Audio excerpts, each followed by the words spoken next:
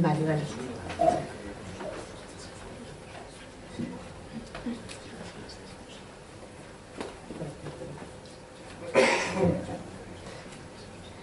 Buenos días a todos. En primer lugar, dar las gracias a la organización por este workshop.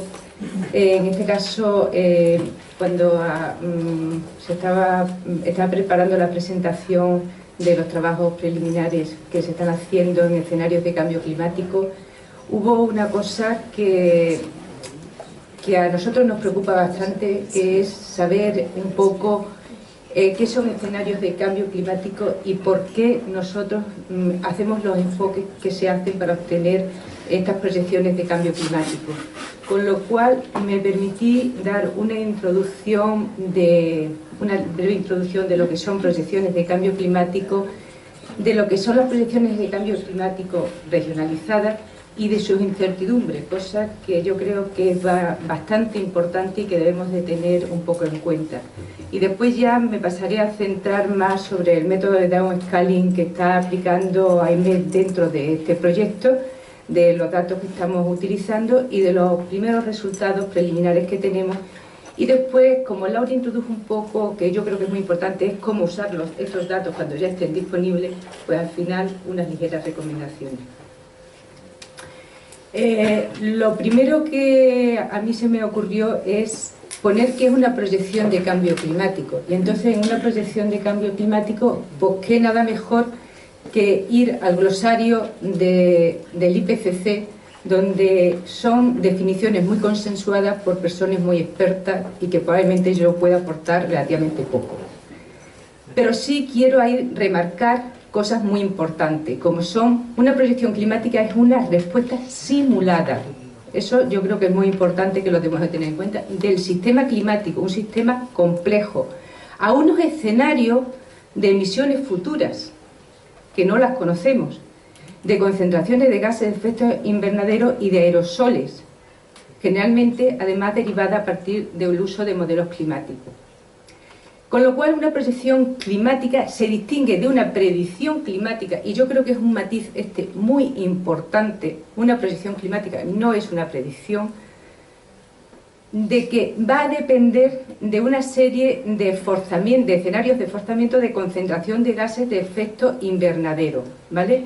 Con lo cual nosotros tenemos que hacer unas suposiciones de cuáles pueden ser los futuros socioeconómicos, los desarrollos tecnológicos que se pueden dar, y esto nos va a llevar a entrar en juego lo que llaman incertidumbre, es decir, cómo van a evolucionar esos escenarios, y en función de esa evolución vamos a tener las respuestas del sistema climático. Como hemos dicho que es una representación, vamos a obtener a partir de un modelo climático. ¿Qué es un modelo climático? Un modelo climático al final es una representación numérica del sistema climático y está basado en una serie de propiedades físicas, químicas y biológicas de sus componentes y de las interacciones entre ellos, de los feedback en los distintos procesos. Un sistema muy complejo, con lo cual quiere decir que cuando yo vaya a hacer un modelo climático voy a tener que estar haciendo aproximaciones, introduciendo de alguna manera esos efectos que puede haber de interacción entre los distintos sistemas que compone el sistema climático. Ahí muestro un pequeño gráfico de lo que sería el modelo y de cómo a lo largo, desde que se empezó a trabajar en el IPCC, cómo han ido aumentando las resoluciones, con lo cual se han podido ir capturando procesos que a unas resoluciones más burdas, unas resoluciones peores, no se podían incorporar. Ahora, ¿qué es lo que pasa? Que los modelos globales que tenemos, con los cuales se trabajan, pues tienen unas resoluciones que probablemente a los usuarios de la comunidad de impacto pues le puedan resultar que no es muy adecuada. Estamos hablando a lo mejor pues, que tenemos unos 300 kilómetros, cosas por el estilo en esa celda, y hay procesos que no pueden. Entonces, ¿qué es lo que se hace para intentar disminuir de escala? Es decir, llegar a tener información más local o regional en torno a 10 o a 100 kilómetros. Pues para eso lo que se aplican son las técnicas de downscaling, que es las técnicas que se van a aplicar dentro del proyecto de este CLIMPI para acercarnos al estudio del clima futuro en la zona del Pirineo. Entonces existen tú puedes hacer varias clasificaciones, pero dentro de ellas existen como dos grandes bloques, que son la regionalización dinámica y la regionalización estadística. Pues todo tiene su pro y su contra. Si en el tema se han hecho estudios de intercomparación, no se llega así a conclusiones de cuál puede ser mejor o peor. Unas cosas son mejores, otras cosas son peores. El tema de una regionalización dinámica pues puede tener mucha más consistencia entre las variables, pero sin embargo el coste computacional que lleva es un coste importante. En el caso de la regionalización estadística es un método donde esa consistencia se va a perder, pero por otro lado tenemos unos costes computacionales bastante menores. Con lo cual, ¿eso que nos va a permitir? Nos va a permitir de alguna manera que tengamos o que hagamos una exploración mucho mejor de las incertidumbres que están asociadas y que veremos un poco a continuación.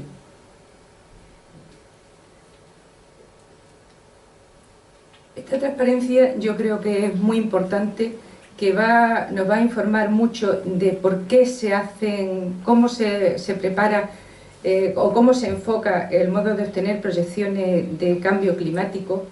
Y entonces ahí se está mostrando que las incertidumbres y las proyecciones, nosotros tenemos unas incertidumbres que nos vienen inicialmente del propio sistema, de saber cuál es la órbita, de cómo va a ser la insolación, de cómo va... Esas son unas incertidumbres naturales ligadas al sistema. Después tenemos unas incertidumbres que nos va a introducir las hipótesis de cuál va a ser las concentraciones futuras de los gases de efecto invernadero.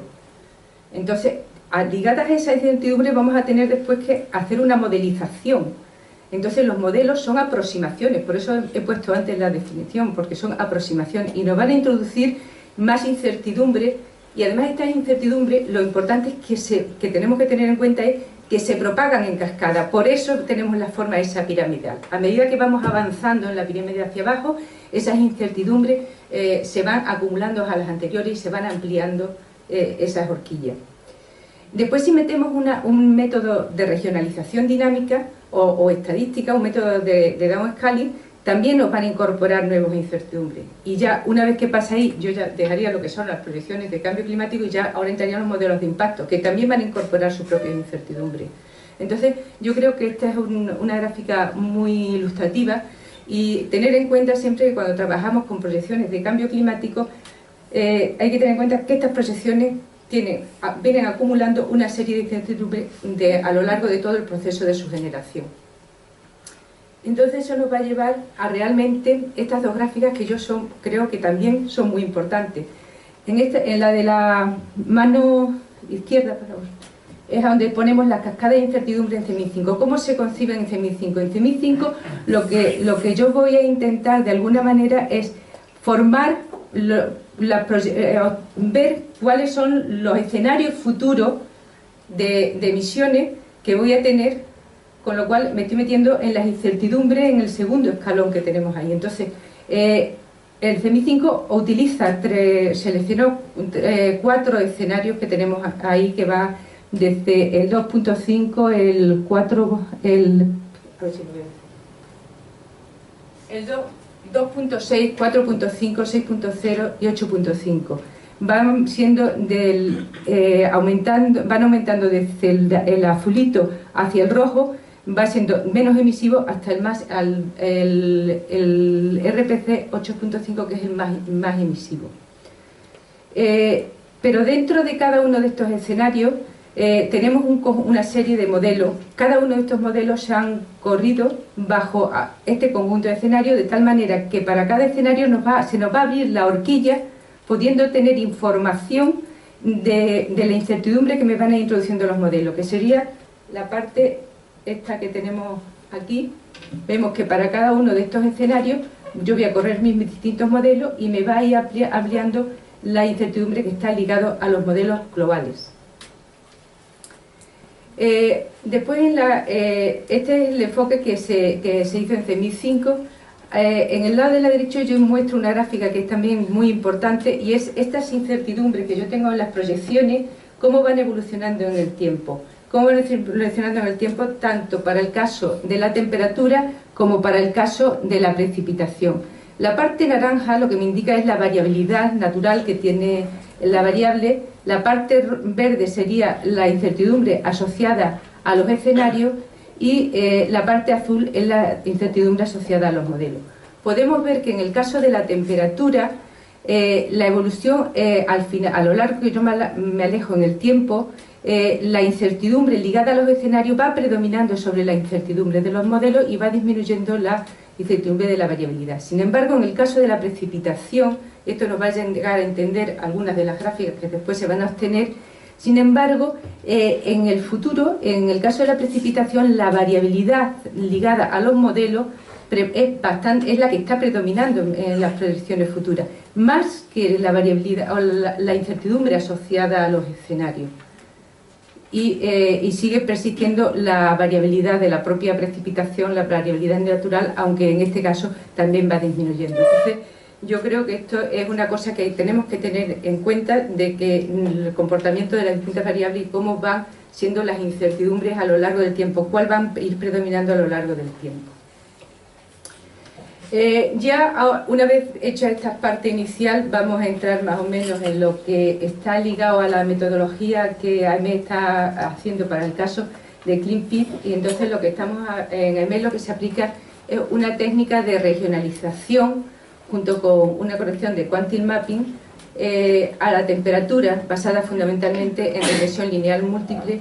En el caso de la precipitación, donde hay una regresión logística junto con una regresión de tipo log, una se va ligado a la probabilidad de precipitación y la otra va ligada más que nada a cuantificar la cantidad de precipitación. Como hemos dicho, una de las incertidumbres que tenemos en un escalón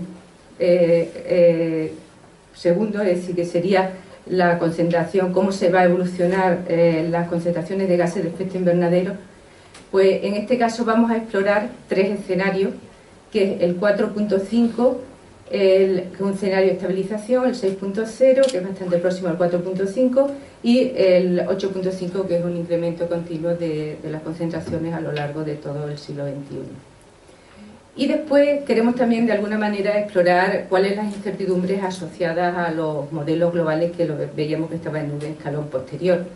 Entonces, para ello pues vamos a utilizar 19 modelos globales, de modelos que han participado en el programa de intercomparación de modelos en su fase 5, que son los que se han utilizado por el IPCC para hacer el quinto informe de evaluación.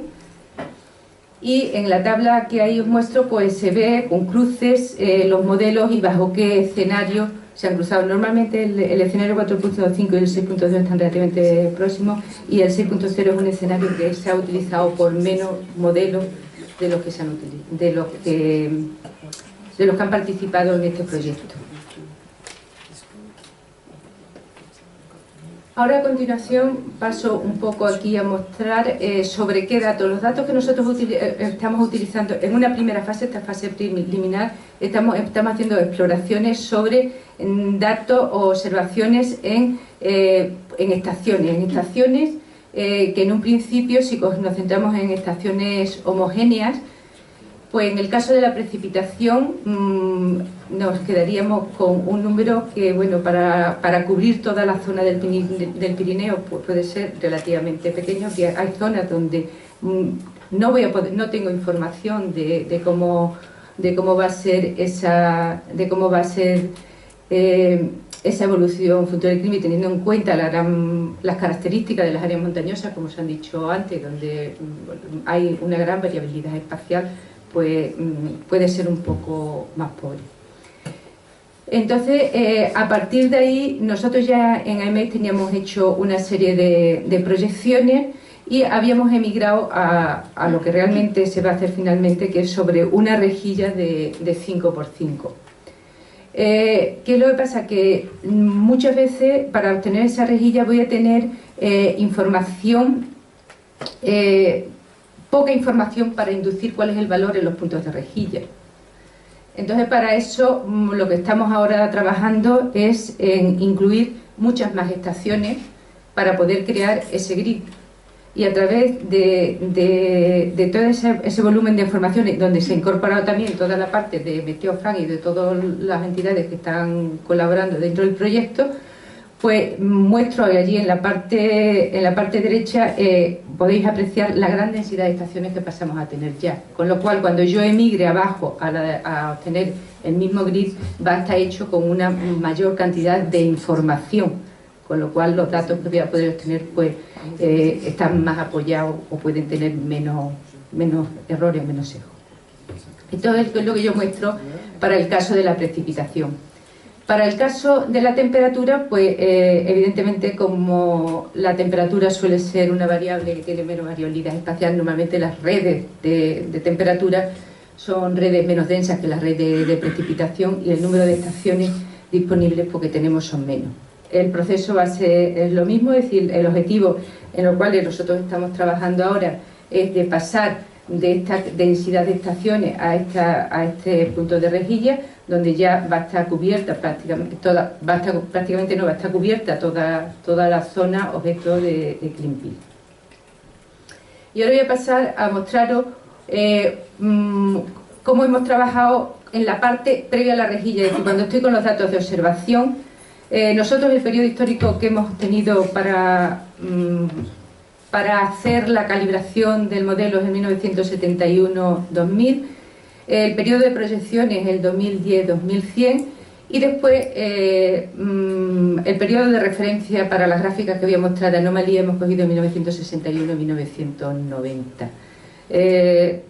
Evidentemente podemos hablar mucho de los periodos de referencia. Esto va a afectar fundamentalmente a lo que son cuando yo muestro anomalías, y las gráficas que yo voy a mostrar ahora son anomalías, y las anomalías están hechas usando periodo de referencia 1961-1990. Con lo cual, si alguien ve que en otro sitio pues ha visto un incremento ligeramente diferente, pues habría que mirar un poco cuál es el periodo de referencia que se va a usar.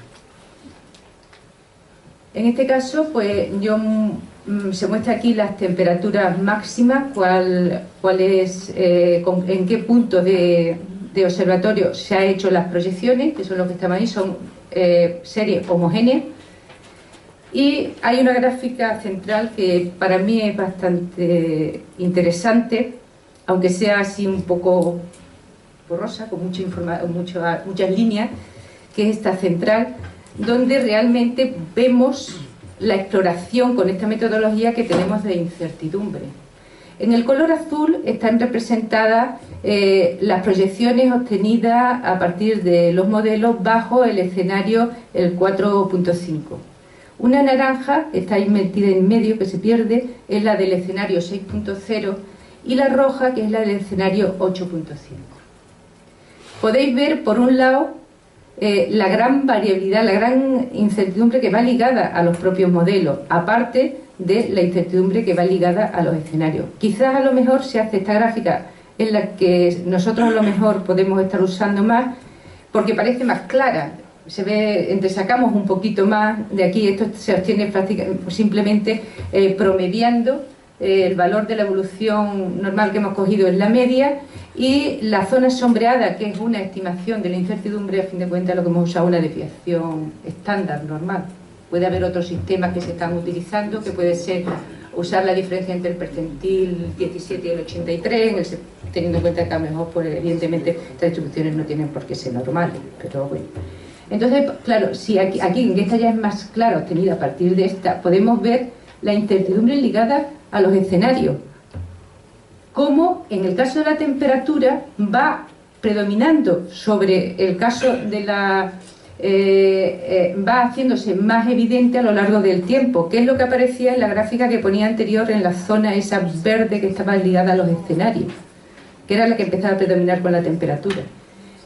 Y evidentemente también las incertidumbres ligadas a los modelos también van aumentando, pero yo creo que lo que es importante es la separación que está habiendo en estas líneas centrales, mientras que la que aparece en las zonas sombreadas sería incertidumbre ligada más a los modelos dentro de cada escenario. Yo creo que esta es una cosa muy importante a la hora de saber utilizar este tipo de información cuando se mete en impacto. Es decir, el hacer una evaluación de incertidumbre. De aquí estamos trabajando más como distribuciones de proyecciones al objeto de intentar hacer un barrido sobre esas incertidumbres. Esto que os muestro a continuación es lo mismo que la temperatura mínima. Evidentemente hay una cosa muy clara que aquí empezamos a ver, que es lo mismo en la máxima que en la mínima, y es que la tendencia que tenemos a lo largo del siglo XXI de todos los modelos es a un aumento de la temperatura. Discrepan en la velocidad a la que se va a producir esa variación, pero todas dan un aumento con lo cual quiere decir que las conclusiones van a ser robustas en el sentido de que hay un incremento de la temperatura. Una de las cosas... Bueno, yo creo que voy a pasar mejor a la de la precipitación, que también... Ahora a continuación pasamos a la de la precipitación. Esta ya tiene diferencia con la que hemos visto anteriormente. Una de las cosas que aquí ya vemos es...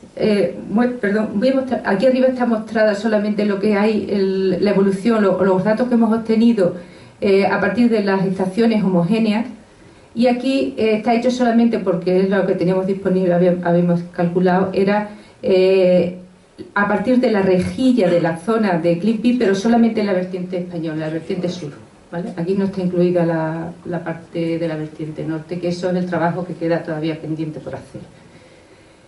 Una de las cosas que aquí aparece, o que a mí me parece importante, es no hay ya una separación de los escenarios como veíamos en las temperaturas.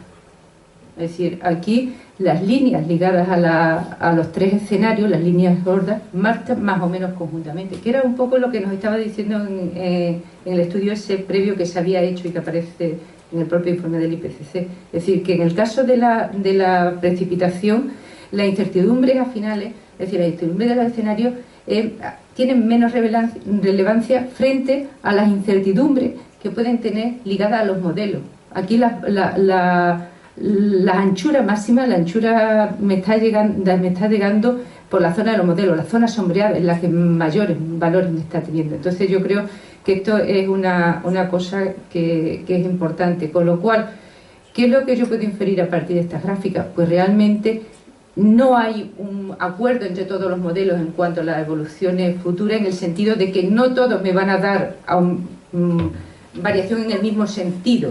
Aquí hay unos modelos que me dan aumento de precipitación, hay otros modelos que me dan aumento de temperatura, disminución de precipitación. No existe ese consenso, con lo cual yo no puedo llegar a unas conclusiones claras de cuál puede ser esa evolución de la precipitación para la zona pirenaica. ¿Cuál es el trabajo futuro? Pues un poco lo he ido indicando, es decir, lo que vamos a hacer es a partir de todas las estaciones esas de temperatura y de precipitación, pues vamos a pasar a una rejilla grid que va a cubrir ya toda la zona, una rejilla de 5 kilómetros, y sobre esa rejilla vamos a hacer la regionalización estadística que he indicado anteriormente, basada en regresión lineal múltiple, con una corrección de quantile mapping. Y ya finalmente, no sé si me van a prolongar mucho, lo que termino es de cómo usar las proyecciones climáticas. Una de las cosas que yo creo que es muy importante es una proyección climática, no es una predicción del tiempo. Yo no puedo ir a ver qué es lo que me están dando los modelos el día 25 de junio del 2050, ¿no? Yo tengo que tratar esta información con carácter probabilístico y además más con carácter climático, de cuál puede ser la tendencia, o cuál va a ser la variación, o cuál es el valor medio, cómo va a ir tendiendo. No puedo usar una proyección climática como una predicción del tiempo. Se recomienda el utilizar salida de múltiples modelos globales. Hemos visto que hay una parte importante de las incertidumbres futuras de las proyecciones, tanto en temperatura como en precipitación, y más en precipitación, ligada a los modelos. Los modelos tienen una serie, son aproximaciones, y además, dependiendo de las escalas, yo meto una serie de parametrizaciones y cada uno mete unas parametrizaciones de alguna manera u otra, y eso me va a introducir una incertidumbre. También es recomendable, cuando yo voy a utilizar escalas largas, ya escalas de varios decenas, el utilizar al menos 2 escenarios. Si no podemos hacer cálculos de utilizar una barrida grande de escenarios, al menos utilizar un número de escenarios que me intenten abarcar el mayor rango posible de las incertidumbres, es decir, uno que esté por las líneas bajas que yo mostré anteriormente y otro que esté por las líneas altas, para de alguna manera hacer una estimación de las incertidumbres del estudio que yo vaya a hacer de impacto. Es decir, yo creo que eso es una parte importante y que el modo más robusto que debemos utilizar, o que se recomienda un poco, es utilizar, a ser posible, varios escenarios, a ser posible, varios modelos globales y a ser posible, varias técnicas de regionalización. Si es posible, y eso lo permite, pues bueno, los cálculos posteriores que se vayan a hacer para realmente intentar aproximar lo máximo posible a una distribución de probabilidad de cómo va a ser los cambios futuros. Y después, otra de las cosas que yo me gusta un poco decir es que a la hora de calcular índices extremos o indicadores extremos, yo prefiero utilizar índices relativos frente a los índices absolutos, puesto de que las proyecciones que yo pueden tener unos sesgos. Y esos sesgos, evidentemente, en el índice relativo de alguna manera no lo considero. Mientras que un índice absoluto, pues, me lo puede cambiar bastante. Y un ejemplo muy claro que pongo yo esto es de la temperatura, por ejemplo, del índice del número de días de helada. Si yo tengo una proyección de cambio climático que tiene un desplazamiento de su distribución hacia la derecha, pues puede ser que ya en clima actual no me esté dando heladas, sin embargo las tengo. Entonces, eso en el caso, o yo hago unas correcciones previas de mis proyecciones en caso de que vaya a trabajar con ellas, o bien tengo que tener mucho cuidado con los resultados que puedo obtener, puesto de que si ya no tengo heladas en el momento actual, la evolución futura es no tener heladas y lo que voy a tener es aumento de temperatura. Entonces, hay que hacer previamente muchas veces, si no están corregidas, hacer una corrección y hacer una comparación para saber cómo me está reproduciendo el clima actual.